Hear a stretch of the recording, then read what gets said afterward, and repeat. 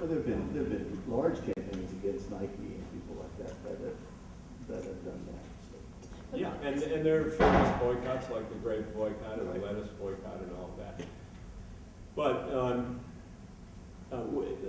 let me tell you a couple of experiences that I've had with boycotts. Yeah, I just wanted to, well, you can go ahead and tell your experience with boycotts and sort of shift boycotts in a different direction. And also, when you say boycott, you do not think only about economic boycotts. No, no, not at all. No, well, let him ask the question and then you answer right. Well, first of all, I didn't know, like, it's all a one-way conversation. I didn't know if we were going to bring. No, it's not. But I guess my question is, and we've had a lot of discussions sort of in the think tank about some of this, but you know, I mean, not in the sense of a political boycott, in the sense of not voting, but there's a lot of this discussion between this sort of gray area of working within the system and not working within the system at all. And if you're in the system, somehow the system can corrupt you. If you're outside the system, maybe you don't have the influence in it or not. Sort of talk about, you know, isolating specific institutions and focusing on them, but I think there's a core group of people at Occupy that believe sort of in setting up a completely sort of alternative social scenario, social system where you run completely contrary to what everything's doing now. So you're boycotting the entire social apparatus, socio-political apparatus that the country and economic as well as the country is working in. And so, I mean, going back to some of the things that you've said, you know, and we haven't really talked much about the civil rights aspect of some of this, which I think a lot of people would be very interested in, a lot of people over here. But you mentioned a transition in the 80s, where you transitioned from sort of trying to work within the system to going out on your own and doing your own things, and still isolating specific things. But I guess my sort of thought is with everyone here, because I think there's a lot of really intelligent people here, it's sort of like, how can we today, given all the things we've talked about, the boycotts and the ballot initiatives and all those ways to try to circumvent the system, how can we actually try to think about setting up this sort of completely separate sort of boycott of American or global neoliberal society and set up our own institutions and our own things in the same place under the same sort of laws and flirt with that sort of, I guess, intertwining or dependency between the neoliberal capitalist American system and the political system and all that, and occupy whatever, doing their own thing. Well, I'd be interested in what other people around the table have to say, but the point I would make is we tried that once before and it didn't work. But in what capacity? Hippies. I mean, the difference in the 60s between hippies and activists was, all right, well, if you disagree, I want to hear from you, but, you know, my point is that there was a division among the rebellious youth, if you will, in the 60s. And half of the people went off and said, live the change you want to make. And the rest of us went off and said, we got to organize the public to make the change that we want to make. And we didn't succeed in making the changes politically. The hippies that went off, in a way, did succeed because a lot of the values and styles and lifestyles developed out of that movement did become a worldwide phenomenon. But they also got co-opted by the commercial world, who started marketing those changes and making money off of them. So I'm not saying it can't be done, but I'm saying that you need to appreciate that it was tried and it fell down in that way. Just my view on it just is about time. Civil rights was fighting for social freedoms. I think now we're fighting for different things on a more systemic, socioeconomic level, which I think just sort of changes the dynamics of it. Not to repeat it, but to try, because we're at different times and different circumstances. So. Yeah, and I think you're asking for more from the public, and the public is ready to give it to you. That's what's so terrific about these times. I mean, you've raised fundamental questions about capitalism that we've tried for 50 years to raise unsuccessfully in this country. We could never get you know, people to the point where they were willing to question the fundamentals. And you've moved them to that point, but there's a very long way to go to translate that into.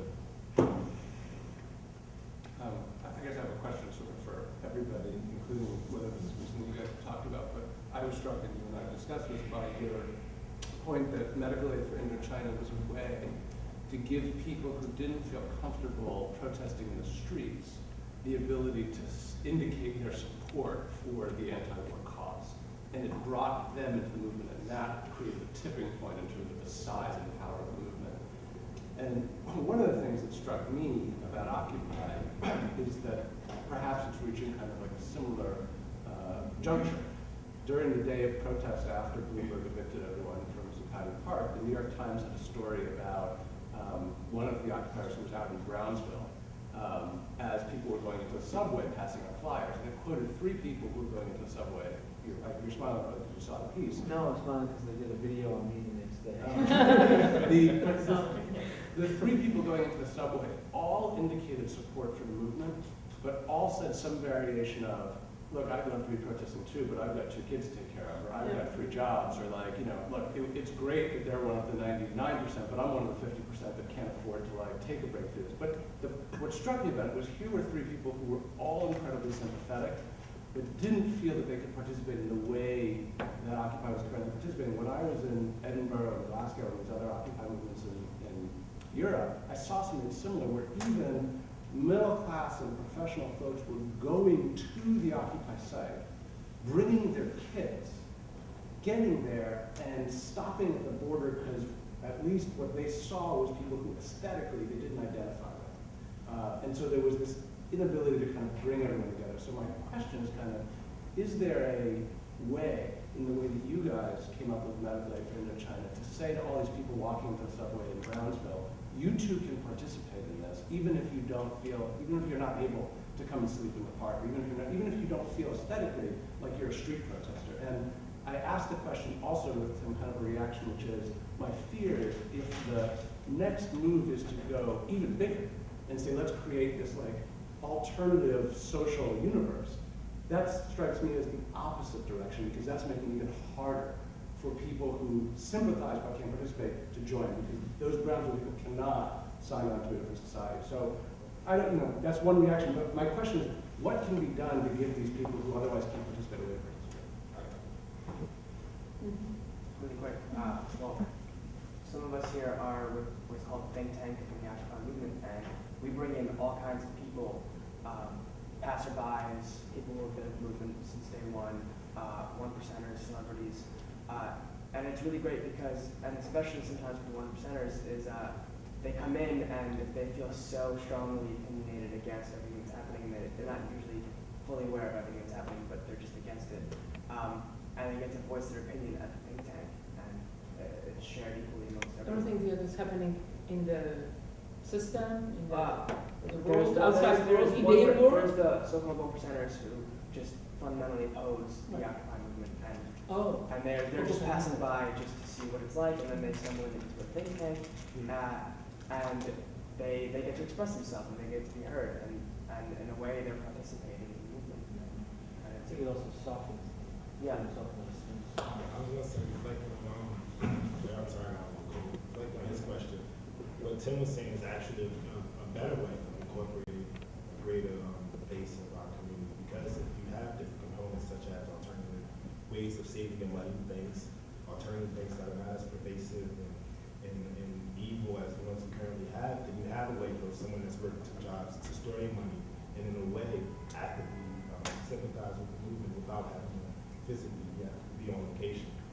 Also by alternatively supporting companies that are more social in endeavors and less about capitalistic returns, then we're able again to sort of strengthen that same base. So I think there's alternative ways to do it, and like Tim saying, that's a great way to incorporate. I think there's also 2 movements, two pathways that are sort of being looked at within Occupy as well. One is trying to set this sort of alternative model.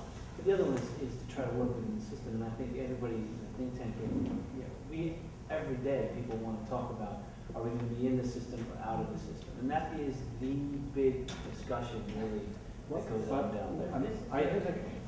I have a question, why it should be either or? I think Well, that's my question about the gray area. Where's the gray Because area? it- That was what I wanted to talk about. I'm gonna take Steph. Oh, she's No, facilitating. no, I was just pointing out because you wanted to say something. Go I ahead. just want to, is it okay if he takes that? Go ahead. Okay. Actually, I'd rather hear what you have to say first, then I'll say. Well, I'm gonna go a little further on this, and I would say it like this. I would say that the hippies won and are still winning. And I would also point us to that sign in the back of the room that says those words are attributable to Dr. King. And I will tell you that today, after Dr. King's movement, we have less freedom. Our inequalities are more manifest than ever. As a nation, we are less righteous. There's less peace and tranquility in the American landscape than ever before. More Americans are today on antidepressants than any time before. Our economic system is collapsing. Our independence is being taken away from us. We have less brotherhood. And certainly we're less civil. And with what's happening in the government, we're losing more and more of our life. So I am one of those individuals who believe that it's time for an alternative reality. I'll also reference the two political scholars we have in the room and your involvement in particular, something that I'm intimately aware of is Harold Washington and Chicago and that whole reality. And you cannot deny that after the wonderful work you did with Harold Washington, he was somehow, there are those of us who believe he was assassinated, killed, died, whatever you want to call it. And today Chicago is worse than it's ever been. As a city, its economic realities, its racial disparities and division, much like the country. So I would say this in direct response to our attorney. Occupying Wall Street is winning, and is going to win. And I am one of those that believes we have to prepare because the current construct is failing every day. And the more people wake up to the reality that it is failing, it has failed them. And it's not just failing us in America, it's failing on a global scale. And so alternative realities need to be prepared for the eventual reality that this is going to collapse. It has to collapse because its base, its current construct is unsustainable. Economically, politically, socially, emotionally, morally, psychologically, everything we're doing is not sustainable. It is inherently disastrous for human interaction, for interpersonal relationships. It's inherently disastrous in a political context because the more we elect people and send them to Congress, send them to Washington, send them to City Hall. There was a great push to get Rahm Emanuel elected in Chicago. He's now the mayor. He's worse than ever. People are now regretting en masse that they even voted for him, the kind of things he's doing. And this is happening all across the country. Our mayor in New York has just announced he's a de facto dictator and the police are his army. This is getting worse. In California, where I'm from, I look at the medical marijuana industry, and I'm sorry. I know that as an attorney, you can present a legal defense for that, but it's rank hypocrisy. It really is, because it's the enforcement of law when it's convenient, but to enforce law when it relates to people and medical marijuana, but you allow the kind of corruption and the kind of absolute just thievery that has gone on Wall Street, that goes on every day, robbing American people and robbing poor people of their Social Security and what they thought was their nest egg, and allowing bankers to get away with this. People are waking up to this every day, and they may not be because they can't, because the immediate reality, there always has to be a front line. You all were on the front line in the civil rights movement, and there never was a quote unquote mass movement with you. There were always people that would hold back. but there were people that are waiting on the victory. And I think that what you see happening with Occupy Wall Street is that there are individuals who are putting themselves on the front line, and we're well aware that the masses of people really support us. They can't necessarily come out and say they do, but again, the hippies won, and I believe that the hippies are still winning. I'm a hippie. There's a few, one quick addition to the record, because now I get which is that I think the hippies won, but it can't be avoided that the right was able to use hippies to take political power during that time. And partly because those who decided to opt out of the system altogether weren't there in those votes. So you repeatedly ended up having right-wing candidates controlling the debate because of people who took the position of, well, I'm just going to sit out. But anyway, that's not what I want to talk about. I do want to suggest and Bill and I have been talking about this a great deal. It seems to me that the slogan right now, one of the slogans, should be, we're tired of talking to the help, we want to talk to them, we want to confront the masters. And the help is the political class. The political class is irrelevant right now, especially it is irrelevant because it's in Congress, it's divided between the bullies and the weenies. And in terms of Obama, who knows why? You can have any number of discussions about, that he's in despair, or that he's Stockholm syndrome, or that he has psychological issues, but for whatever reason he can't rise to the occasion right now. But the point is, we don't just give up at that point because our political system is jammed. On the contrary, I think, frankly, what is it, 9% don't support the Congress? I think that 9% that you asked me, 9% would say the federal government is it, and that's a fantastic opportunity. So we're going to say, we're tired of supporting a class in which one party is owned by evangelists and the oil industry, the other party is owned by the finance industry. Forget it. We are not going to talk to people directly and develop things that go on. And all over the country there have been some versions of this. I happen to have done a piece in the Seattle Stranger with this particular proposal, which is in no way that original on my part development, which it seems to me that the two things to get to people where they live right now are a student loan strike and a underwater housing strike, underwater mortgage strike. There are a tremendous number of people in that situation, but now I'm talking specifically about how you would do it and then how you would take it further. If you were to say to people that, to organize people, and by the way, one of the things that you guys have a challenge right now, you don't have anywhere to go, you don't have anything to do right now, get out there and lead us in organizing as follows. You come up with a demand, you take a date in the future, let's just say for the sake of humor, October 15th, 2012. Right as the election, October 1st, 2012, right as the election was heating up. And you say, if we are able to get 1 million underwater loan people and 1 million students to sign a statement that on that date, if things aren't done, they will stop paying their mortgage together on that date. And that, by the way, is a really heavy thing for somebody to sign. The government has been set up in a way that students are going to get shafted if they sign that thing.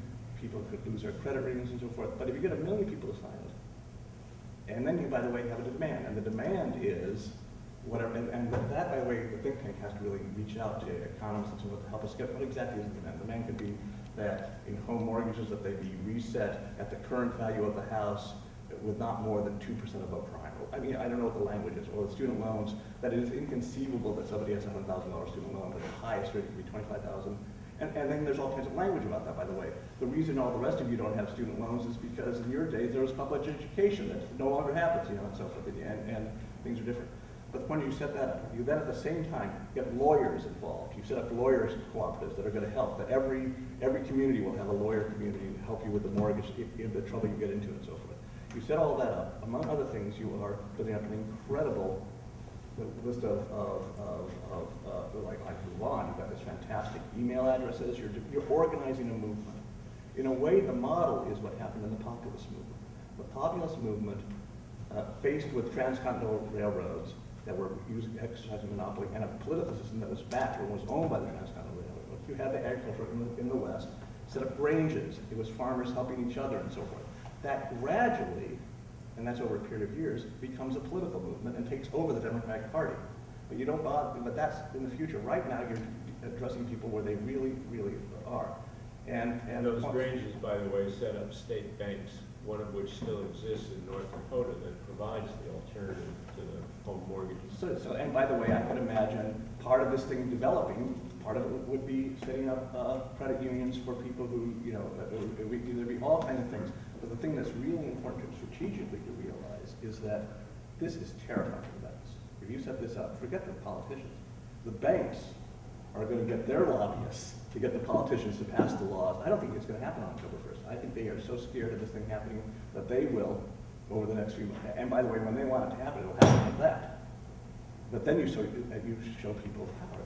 So it's a kind of walk towards boycott, in fact. Well, Which is set up on the 1st of October, but it's prepared. But strategically, it's strategically good. Well, I was going to say, it also kind of fits within the parameters of Occupy Wall Street in the sense that there's no demands or no goals, but that's an action. It's the same as doing a protest in Broadway. Yeah, but it's one that people can go to. Yeah, you're setting up a specific action, protest type, we're protesting against this specific item, and we get the general public on board with it, rather than saying this is Occupy Wall Street's demand. Yeah. This is an action that we're undertaking. And by the way, we changed the slogan. The slogan is no longer Occupy Wall Street, it's pre-Occupy Wall Street. We got, when I wrote the article in the Seattle Stranger, which I can give you a copy of, but it begins with this great story of Shlomo and Moshe. Shlomo is tossing and turning in his bed. And his wife Rebecca says, "What's wrong with this fifth night? I can't get to sleep. You can't get to sleep. What's going on?" And he says, "Tomorrow I owe Moshe across the street 10 rubles. I don't have it." And she says, "Oh, so that's ridiculous." She goes to the window. She flings open things. 3 o'clock in the morning. She says, "Hey, Shlomo, Moshe, what is it? Shlomo owes you 10 rubles tomorrow. He doesn't have it." She closes the door, goes back and says, "Now you sleep, let him stay up." And the point here is you start preoccupying Wall Street. You get Bloomberg News talking, and by the way, also the really important thing here is this is a narrative. The great things you guys did, and this is the absolutely spectacular thing you did. For 30 years, we've been lost without a narrative. We have been lost. We thought we had a narrative going with Obama, and it turned out to be a stillborn narrative. You guys set up the spark of a narrative. But this narrative begins, well, how many have they got? Wait, they've already got 7,000. And by the way, one of the things that's great about this is you've got all these unemployed students. You've got all these houses. By the way, there's entire neighborhoods that are underwater. You're just going door to door. You've got people who don't have mortgages underwater, who own their houses, but the house next door is about to be foreclosed on. It's going to ruin their value. You can just do a whole thing, and you can just say it's an incredible mobilizing technique. But it's getting people out of encampments and getting them out to do something, and potentially, Bill has all kinds of thoughts about how you would actually have to do this, but it seems to me that kind of motion is something that really has a thing. I see a quick issue with that. Just on a few items. How would you prevent it from being like a grab bag in the sense for everyone to say, well, I'm not paying my mortgage either, my student loan either. I think it would probably alienate a huge amount of people. There could be people. Of all different classes. On personal level, like my dad pays, he's just a bus driver, but he pays his mortgage every month. And myself, I'm trying as best as I can to pay my student loan. I think you'd have people that are not even sympathizing with the movement, just throwing their hands up and say, oh, I'm not paying either. And then there's legal implications, and it's like, well, where does contract stand in our society? If we sign, I heard there's a lawyer here, right? I'm sure they would agree that it would be a madhouse as far as like the legal implications there. I think ways that we should focus on as far as like motivating or mobilizing the most amount of people is ways in which you have something to lose.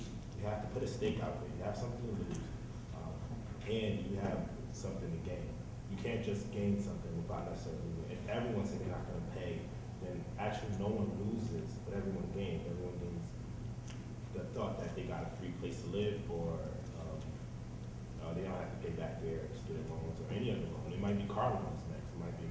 I just think when just to go back to what Tim said, I think alternative system of lending money, alternative system of giving out mortgages is a more responsible way of building communities is what should be focused. But that doesn't exclude, I think.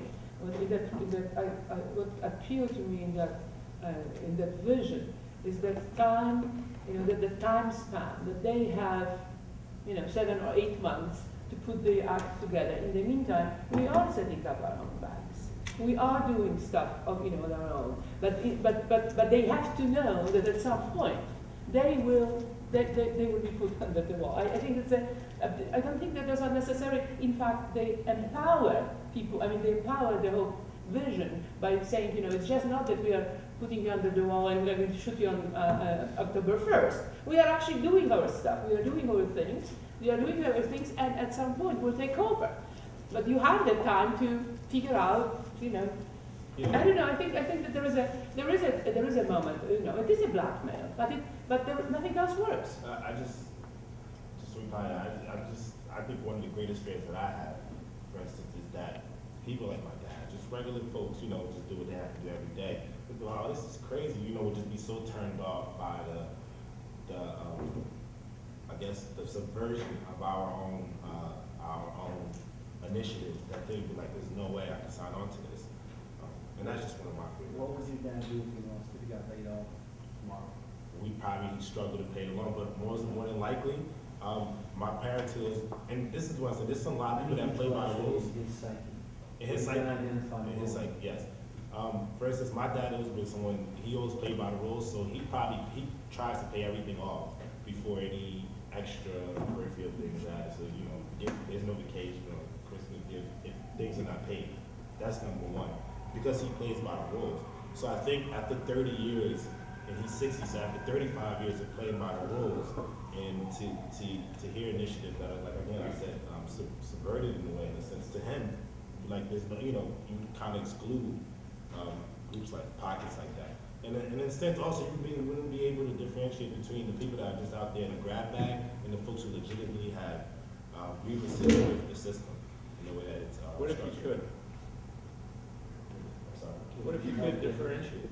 What if you could set this up so that it was only people who were underwater who could participate, people like your dad who had a mortgage that was fully paid wouldn't be eligible for the program? I mean, I don't know how to do it, but I'm sure there are ways that you could structure this to determine who could participate and who wouldn't be able to.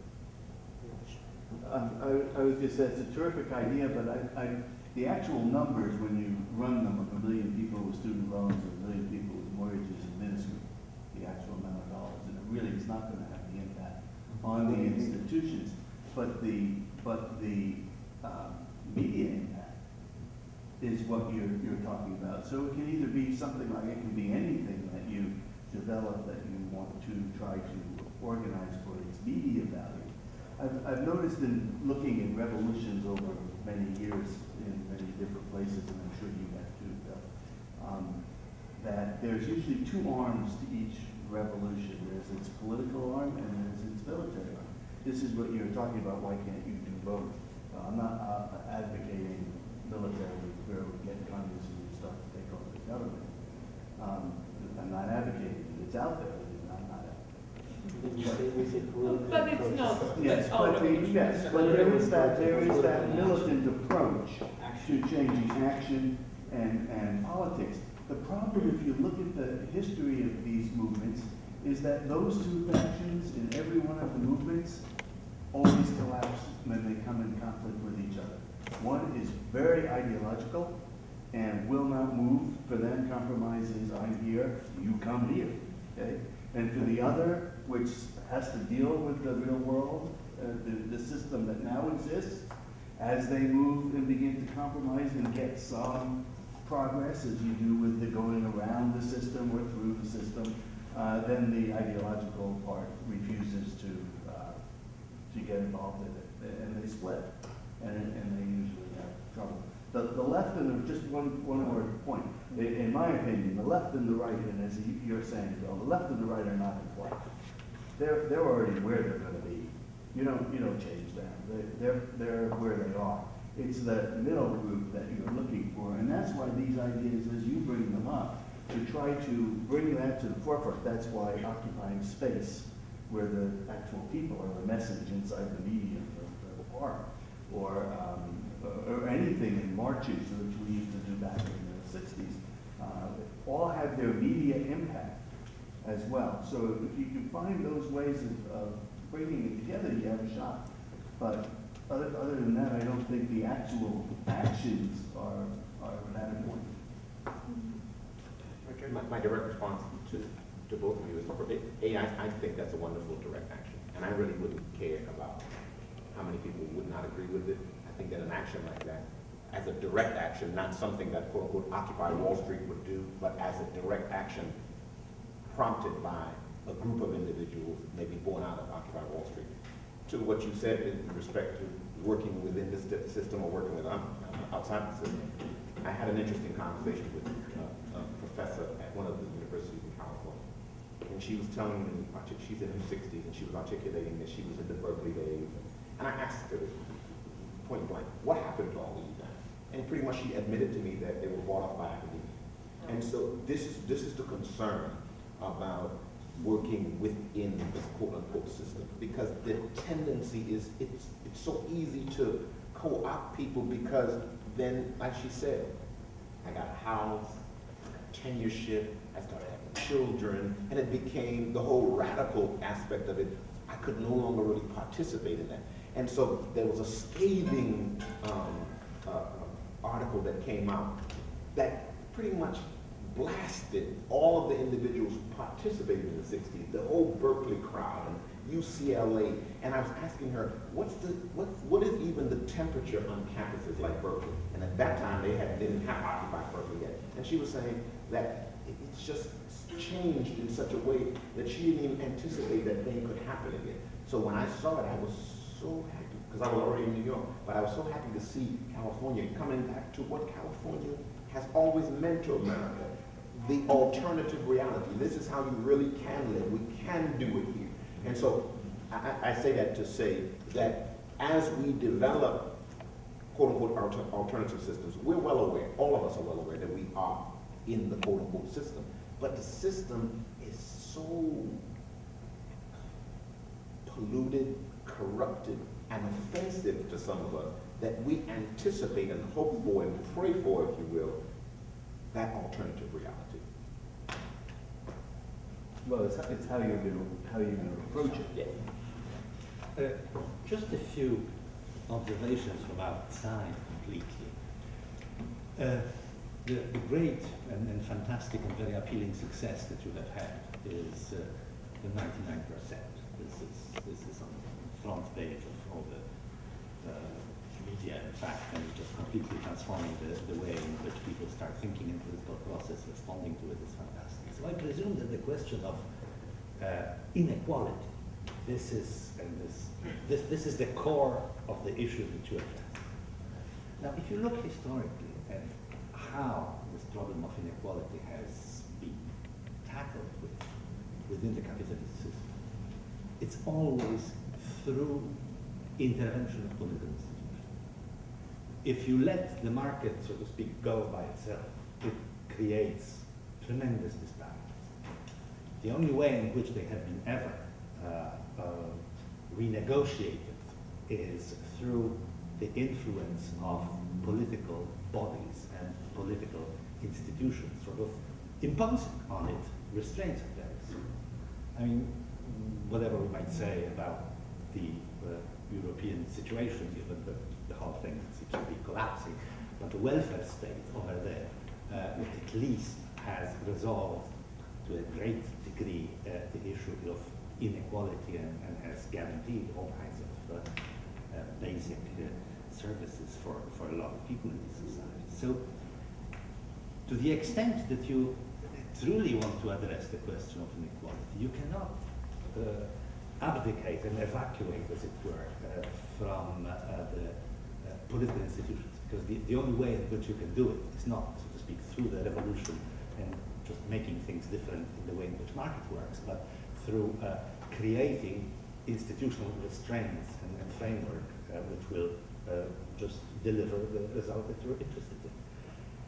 And Bill, in the account that he gave us, just shown how many ways what exists, these institutions, can be appropriated for goals that essentially address the same kind of concerns that the Occupy Wall Street movement has and the sort of dissident movements within that society had for a very long time. What I'm hearing as you are discussing these matters is, and again, this is historically this has happened in other circumstances, in other movements, that you are to some extent incapacitated by the rhetoric that you have adopted. So you suddenly speak within the system, outside the system. This is the only way in which you sort of frame discussion. You talk about alternative reality. In fact, again, the corollary of it is that that reality is something that you don't want to get engaged in because it will corrupt you. But the issue is essentially to move outside of that kind of conceptualization. This society, this sort of democratic regimes that have been established 200 years ago in this country quite effectively and successfully, have this incredible capacity precisely to incorporate protest, if you will, and I think corrupt it, if you wish, but to provide instruments for articulation of all kinds of desires, needs, and initiatives. And what really needs to be done is kind of filling institutions with initiatives that lead towards attainment of goals that you are interested in achieving. It's if you start speaking in terms which make, as it were, the institutional framework here something that you completely, in principle, seem as an adversarial. It's not an adversary. This is a framework that can be filled with friendly initiatives, and as Bill has shown. So you know, it's just, and in the end, this is what you're doing in effect. But in the discussion, I think it would help you move beyond a lot of debates if you somehow moved out of that fog. You know, again, just two more sentences. In the experience of Eastern Europe and the opposition against communist regimes has one element very similar in its historical development. For a considerable period of time, the kind of effort to institute liberty, if you wish, and openness in these regimes was carried out under the in the context of arguments against Marxist practices articulated by Marxist revisionists. So sort of amending the institutions, revisionism, changing them to some extent. And it really thwarted our ability of those who came before us from seeing how to move forward. One had to discover at some point, and Adam was one of the persons who articulated it, that in fact one has to move beyond the sort of Marxist vocabulary and think in terms of totalitarian versus kind of a society situation, and try to not anymore speak in terms of revisionist rhetoric, but just the change of rhetoric made all the difference in the way in which people started perceiving alternatives. And a lot of these alternatives are false opposites, as you say. You get stuck in false opposites, freedom or security. Those are not real opposites. That's, I think, the gray area. Yeah, that's exactly it. My question to you, though, is that, like, in that sense, politics, you have to use the institutions to create things within the institutions.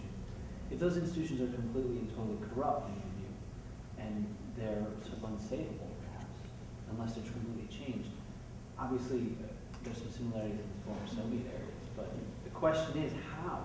How do we do that if the system is so corrupt that we don't feel like we can? And my, if you would add on to your answer, this There's a lot. clarifying question to what you're saying. Is it your contention, sir, that the only thing wrong with the system, that it's fine, and the only thing wrong is we just need to force change by putting different people into the system? No, that's revisionist. Not at all. No, I'm just asking as part of the My intuition is that this is an incredibly flexible system. And of course, it works in both directions. One thing is that it can suck in people with initiatives like yourselves and just kind of completely derail of what you're doing over a certain period of time.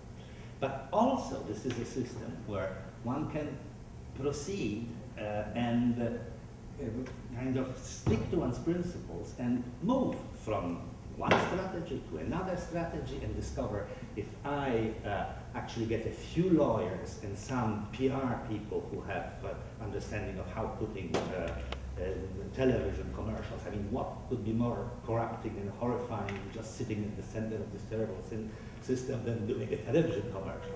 Well, you can do a television commercial that actually opens people's eyes on issues, and if you use these deadly corrupt television channels to deliver it, so that a lot of people can see it, it makes a difference. Or you can Use the internet. use the internet. You know, I mean, these instruments are there, and they are not. One should not put a kind of a rhetoric, because it makes it more difficult to see this.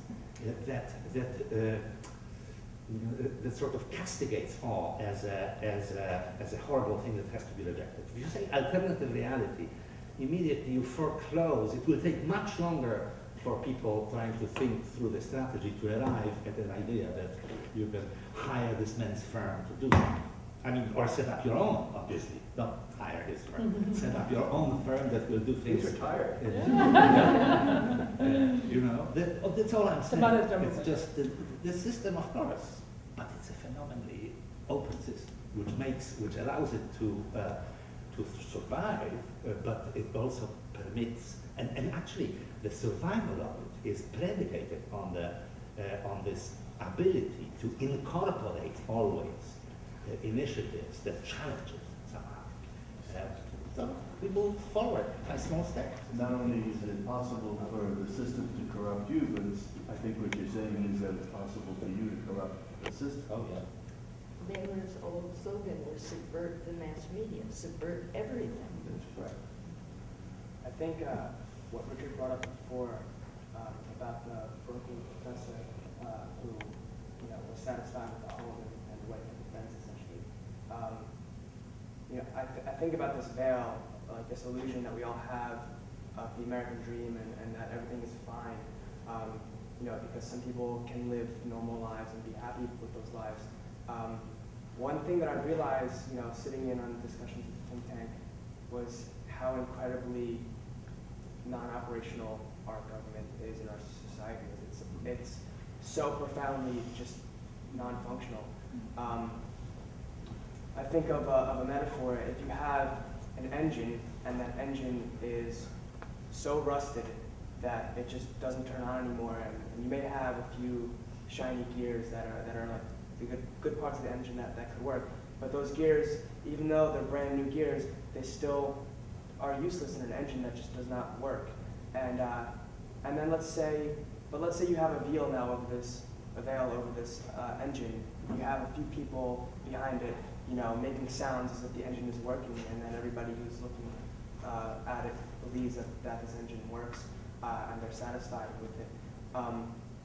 If we're talking about communication and how do we get people to understand, like that our government and our society just doesn't work, you have to lift that veil, and you have to make them realize that this American dream that they're striving for, that they have, is actually it's not even real. It's just an illusion. And at the same time, you have to question, well, if we're starting a revolution here, or reform, or revision, whatever it is, well, what are we going to do that's going to work? Because right now, any government or any system that we put in place, has a strong probability of failing, and it's not because the theory is right or wrong. Communism has a relatively coherent theory. So does capitalism. So does anarchy to some extent. But the problem is not the political theory. It's the people who run these theories. And I believe that as long as there is the concept of greed and disrespect, no government will work. No society will function. So to me, as an artist, this whole movement is strictly cultural, it's strictly ideological. It's, people need to be aware of the fact that they're no longer, or that they've never been in a society that's beautiful or perfect, that they believe that that's the case, but it's not true. And they need to understand that we're suffering. We're actually, it's almost like Stockholm, Stockholm syndrome, we said it before. And we need to understand that we are suffering, and there's something that we need to respect each other in a way, I guess. It's about dignity. I just wanted to say, I agree with Jan, what Jan said. And I'm not sure that just a removal of people and filling them with new people will change.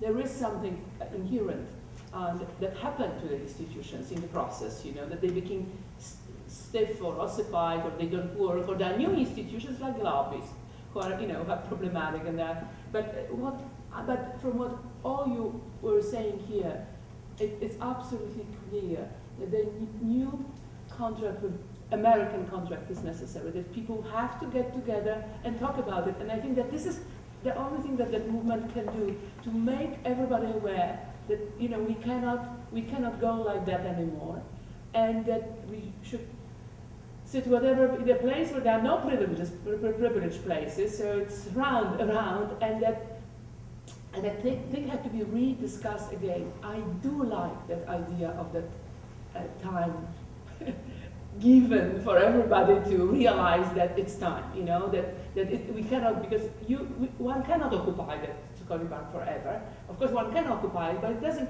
it has to turn into something bigger. And I think that rethinking or recontracting or making a new contract, a new democratic contract about America, in which social justice figures importantly, with smaller concrete practices like creating alternative bikes, like creating alternative schools, like doing all that stuff, and at the same time giving very limited time horizon. Thank you. I just want to respond to a few things. Using your use of the word veil, that comes from the Wizard of Oz. And they found out that the wizard was making all the noises behind the system. So the Wizard of Oz, at the time, was understood as a document about the populist movement. The Golden Brick Road, all that stuff was about that, and Baum was concretely talking exactly your language, and that there was this little guy behind that was making noises, but that was completely ineffectual, and everyone had become completely ineffectual. Generally, though, it seems to me that looking back at the populist movement gives you an important insight, which is that every time in America that there have been, and it's been repeatedly the case, that we had Shays' Rebellion, we had the Jacksonian movement, we had the populist movement, we had FDR, and so forth. The thing that capital is able to do to destroy popular movements is use race. And that's what's happening right now, by the way, with the Tea Party. That has happened over and over again. And one of the advantages of the proposal I have is it transcends it. Quickly, I'd answer your thing. This is not, and it would have to be made clear, I think Bill's on the right track, it would have to be made clear that we're doing underwater mortgages, and we're doing with student loans. In terms of the underwater mortgage, the idea again came from all people. Ronald Reagan's own economics czar, Morton Felsing, had a thing of saying that the entire economy is something we're not going to get out of until we solve this thing. And then he had this whole thing that he wanted to address the government and said, please government, why don't you do this, this, this, and this?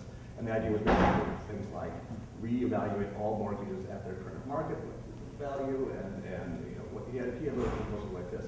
And the charm of it was he was talking to the government that's never going to do it. The banks own the government, they're not going to do it, so you have to get around that.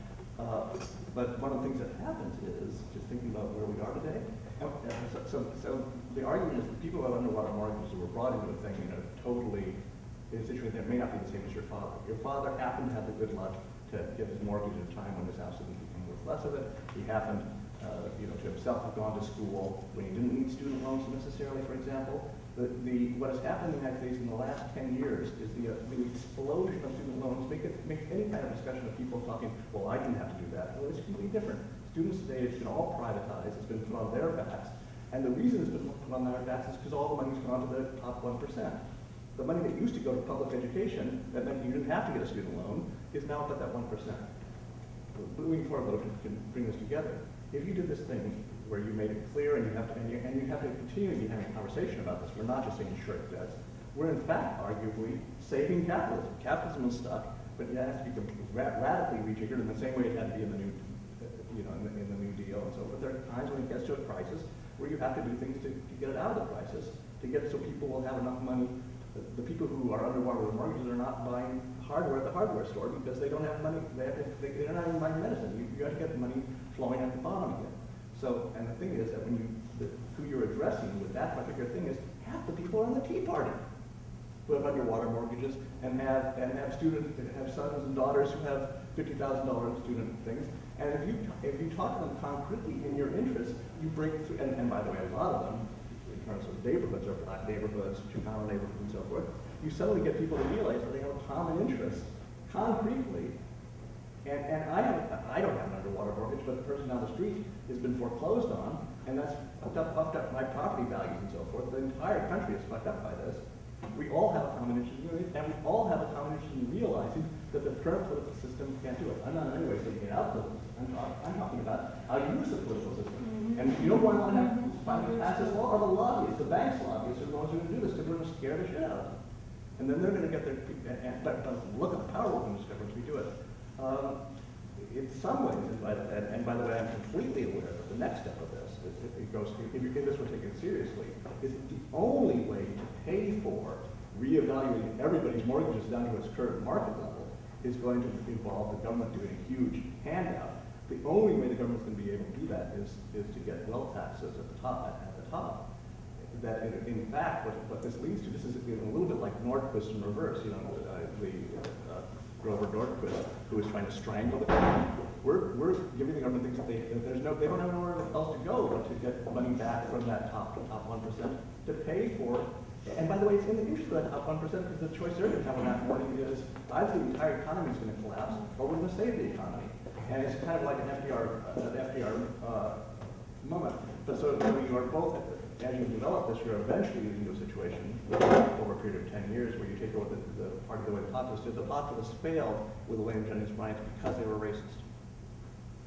They almost won. It was the entire 1865 to 1898 is a war between robber barons and agriculture and industrial workers and so forth, and they end up losing because at the end of the day, the populist movement did not demand the reenfranchisement of 10% of the population of blacks in the country.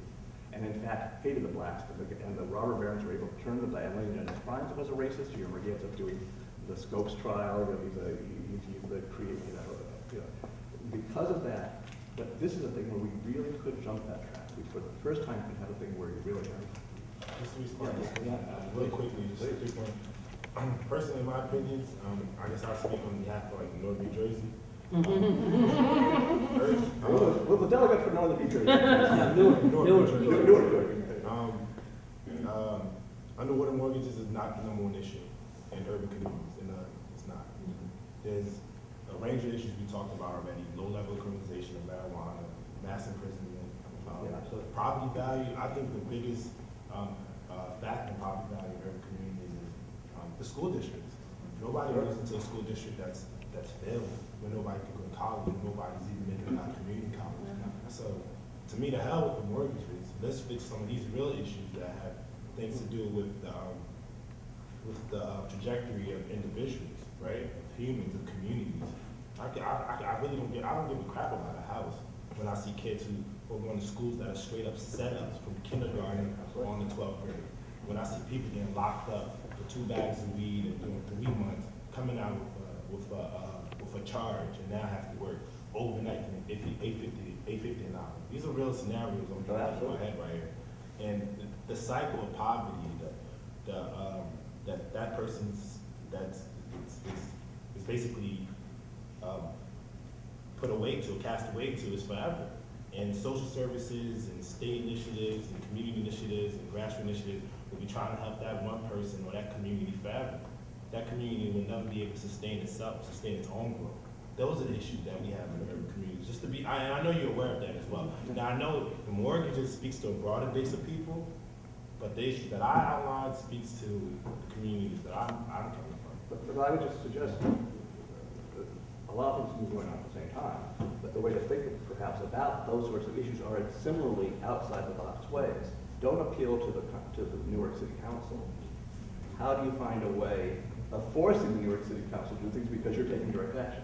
So I've given you one example, but I see that as an example of other things. Find other ways to do it. I was just saying mortgages and student loans only really speak to middle class. Yeah, what's student loans? But that's what I'm saying, is that, well, maybe not as much student loans, but mortgages.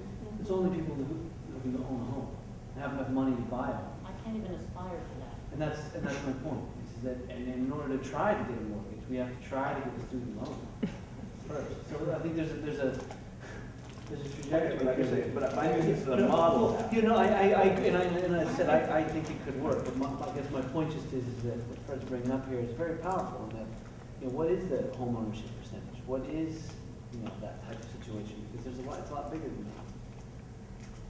So I was just going to address some of the issues on the table. And one of the things that I think is a challenge for your proposal brings in what you were talking about the movement.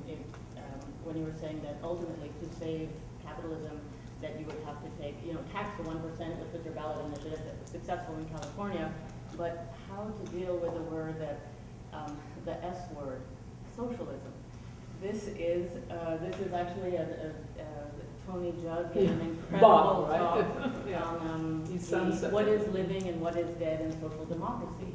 He gave this talk from a wheelchair where he was literally, as he said himself, a talking head suffering from ALS, and he just had his mind that was nonstop moving. And he gave this incredible talk, and his, how old was his son? 12%. Yeah, his 12 or 13-year-old son, unbeknownst to Tony, had this incredible question, which after Tony gave this 90-minute talk about what is living and what is dead in social democracy, the son asked exactly this: how do you, you know, the S word is tossed around and socialism is given such a dirty name that, you know, how do you subvert that and or get around it and have a conversation about social good? And this is what I think you're saying, which is, you know, what is needed and what you've helped spark and produce is a radical reimagining of how we want to live, how we treat each other, how we relate to each other, how we value each other, and unfortunately also its inverse or converse, and how we disrespect and give each other no dignity, no respect, and or economic and social rights. And so I feel like that is perhaps the key job, in addition to doing these direct actions, economic actions, and you know, moving into the terrain of political process and movement, is first a massive reimagining as well as mobilization of imagination and the public will. There's other people, you know, very brilliant political thinkers who, like Mark Danner and others, who have talked about why there was no push for accountability of the previous regime, who were basically guilty of torture in a million ways, and you know that there was no accountability or responsibility for that taken. He said, unfortunately, it was, and I was shocked to hear him say this, it wasn't going to happen politically when Obama came in, because there was no public will. There's no political will if there's no public will. So to actually galvanize and get people to rethink their immediate situation, but also the social space in which they live and how they would like to live, and not just have it be reality as we dream or would imagine, but say, no, this is like the thinking as if, living in truth. You know, I think that would help. This is a quick 10-second response to you, because I thought what you said was so beautiful that I would just ask us to reflect on Jews in America. When Jews in America, as many of you know, came, you were not welcomed into the society. So you built your own reality. And then you built a reality so strong, it was able to, the broader society had to respect it and could not deny it anymore. So what we're looking at is a society that has so failed in citizenry. This is why when you talked about them being able to use race to divide us, the reason why you don't see a large mass of African Americans involved in Occupy Wall Street It is because African Americans are so disenfranchised. That's why we use that word, disenfranchised. We see that we don't have any part to play. The system, no matter who you vote for, African Americans have more political power, more economic power now than we've ever had in America, more elected officials. We have a black quote-unquote president, and our condition is worse than it's ever been. That's as a part of the system and playing by the rules and doing the things quote-unquote right and lining up in the cold in Chicago to vote for this one and vote for that one, and yet get nothing in return because the bankers buy them off, or so-and-so buys them off, and they work for the interests that put them there. It's interesting to me, I've always found this interesting in America, that Chinese, Asian Americans don't seem to be as dependent on the political apparatus as other people, and there's the other people in the community that are not as dependent on the political apparatus. So when we are saying, it's not a pipe dream when we're talking about coming up with an alternative reality. I'll close on this.